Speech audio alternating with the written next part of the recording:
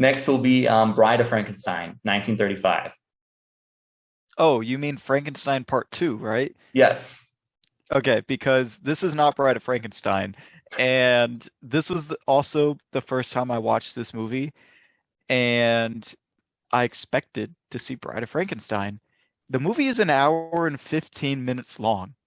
She shows up at an hour and 10 minutes long. We get 5 minutes of screen time. That seriously annoyed me so much. That's like me watching a Batman movie and then the next movie after that is Robin Boy Wonder and then it's just Batman Part 2 and then the last 5 minutes we get Robin. But the movie's titled Robin. That would annoy me. That annoyed me so much. But She doesn't do anything in the movie, yes, besides that being scream said, and hiss. it's a good movie. I liked it. I just had to pretend afterwards that this was just Frankenstein Part 2 featuring 5 minutes of the bride. So I'm going to tell you my favorite part, and knowing you, I think we might be on the same page. My favorite part of the whole entire movie was when he's with the blind man. Oh, yes, that's a classic scene. Yes. I I loved those scenes that he's in there because everyone's trying to kill him. They run him out of town. He's scared, he's hungry, and this blind man, he wants to take care of him. He just wants a friend, and he's just lonely, and he doesn't see, no pun intended, he doesn't see that this person, Frankenstein, is a literal monster. Right. He's teaching him how to talk a little bit. He's teaching him about music and being friends, and that was just beautiful to me. I really liked that part. And then everything turns for me when Frankenstein starts to be a dick and he's demanding the bride and oh she hates me blah blah blah and but other than that, I'm still able to root for Frankenstein and sympathize for him, especially when the blind man lays him down and he sheds a tear and stuff like that. Well, I think so. To go off that, yeah, this is the movie where the monster truly becomes a sympathetic character, much more so than in Frankenstein, the first one. For my money, because of the scene, just like you described there, where he becomes more antagonistic. I think it's because he's corrupted by Dr. Pretorius, though. At that point, Yeah, you're definitely right about that. Yes. yeah. And Dr. Pretorius, that's a character I absolutely love so much. He is so wild and crazy, Yeah, over the I top. liked his character. Yeah. He It's was very, kind of taking control of Dr. Frankenstein and saying, "No, you're gonna make another one." hmm yeah. And the scene where he likes to just hang out in crypts and drink wine, that's just out of a skull, I think, right?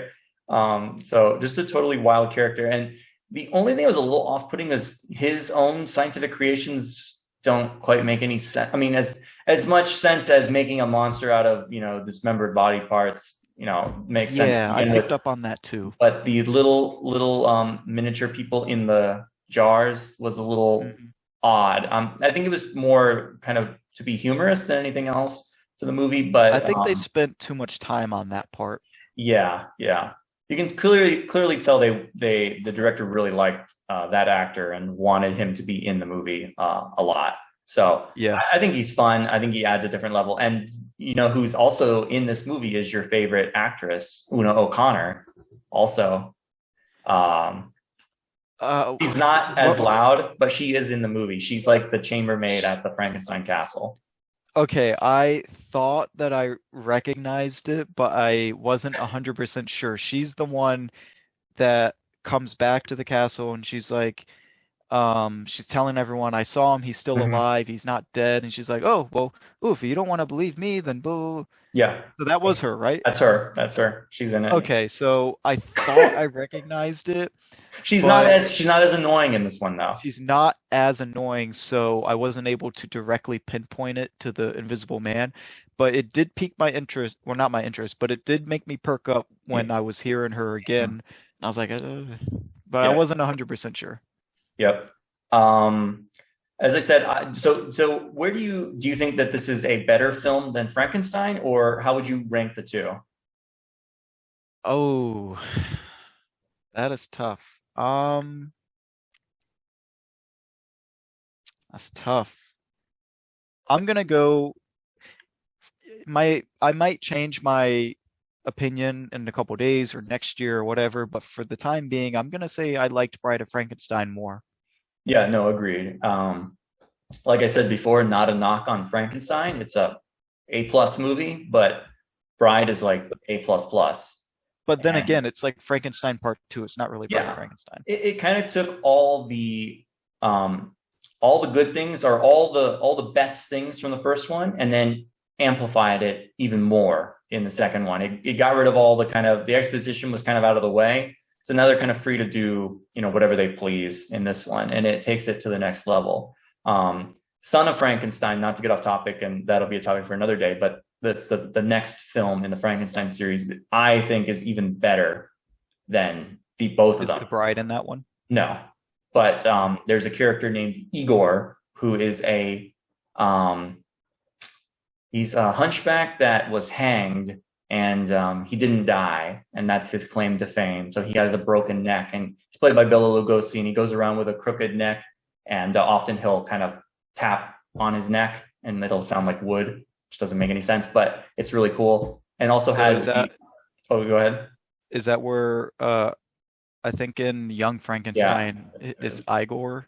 Yeah, there's a lot of Young Frankenstein. I think takes mostly from Bride and Son. There's a lot of references. The same is in Son. There's the police inspector who had his arm ripped off by the monster, and he has the wooden arm. So that's where, when Young Frankenstein, you'll get the reference. Now I'm thinking of the scene in Young Frankenstein when he switches the hump. Yeah, he's like noticing it. Yeah. So now I want to rewatch that.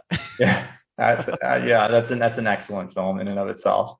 The Wolfman will be next. Yeah, so The Wolfman is the first entry I've had into this franchise, and it was the one that I rewatched the most as a kid and as a teenager.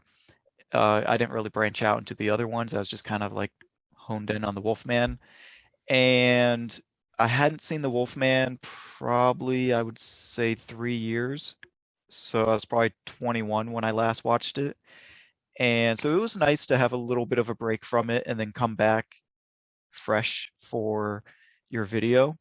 I'm actually glad that I had a little bit of time to not watch the movie. So the thing that really stood out to me about The Wolfman, which I hadn't noticed before, that kind of bugged me, is he was very persistent with the woman. And even though she kept telling him, I'm engaged, stuff like that, to me, he was just way too persistent with her, and to the point where it's starting to come across as just kind of creepy. But other than that, Bela Lugosi makes another appearance in this movie as a gypsy man, and it's a very small cameo, but the hair and makeup in this movie is fantastic for the time period that it was made, and it's probably my second now. It's probably my second favorite. So there's only one left, which you can assume is my favorite. But I do enjoy The Wolfman, but that part this time did stand out to me about the creepy factor of his character. But they dive into rich history and traits and stuff of werewolves and how to kill them, how do you become one, how to prevent werewolves, stuff like that. They dive into that a lot, which I appreciate and I liked. Interesting. I never picked up on that before, but yeah, it is true. He is very persistent with an engaged woman, so it's a little off-putting, I guess.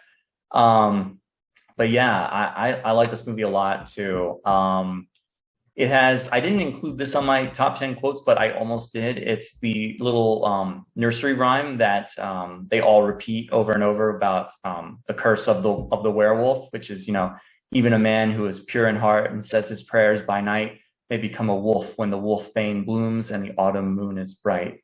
Just love that line. That's so great.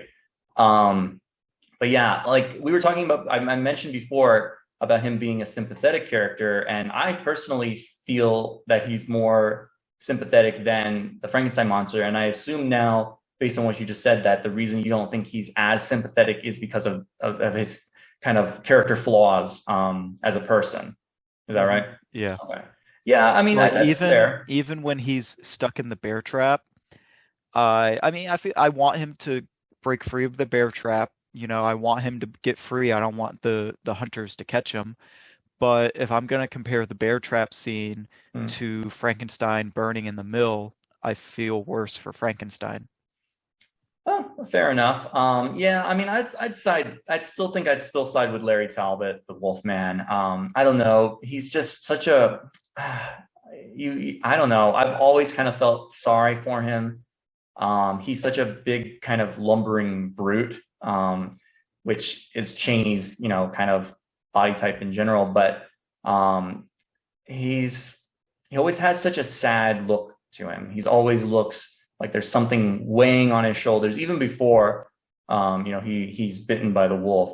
And yeah, like you said, also the supporting cast in this movie is excellent. Bela Lugosi has a bit part as Bela the gypsy, and the poor guy. This was like he was not getting good work at this point in his career, so he was relegated to this very minor supporting role. But it's also the gypsy woman.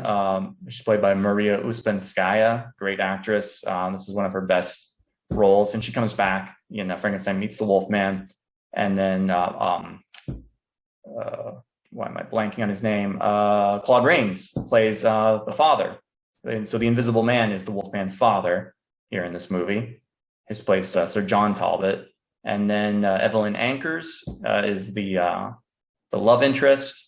She shows up in many other Universal classic movies, and also I just because I love all these old actors. So there's a guy named Warren William in this movie, and I didn't know who he was for a long time. And then I started watching these Perry Mason movies that they made like in the 30s, I think, 30s or 40s, before the TV show. And he was Perry Mason. So he was, I forget what his role is actually, what he is. Like he's the accountant or the lawyer for the Talbot family. He's like the guy that's always visiting the castle.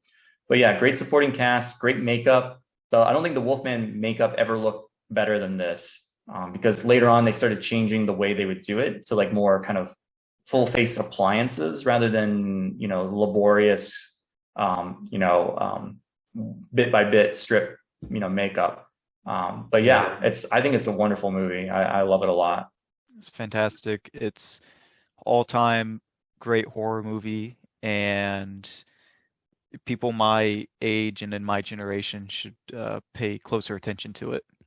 Agreed. And I I even think like the 2009 one too.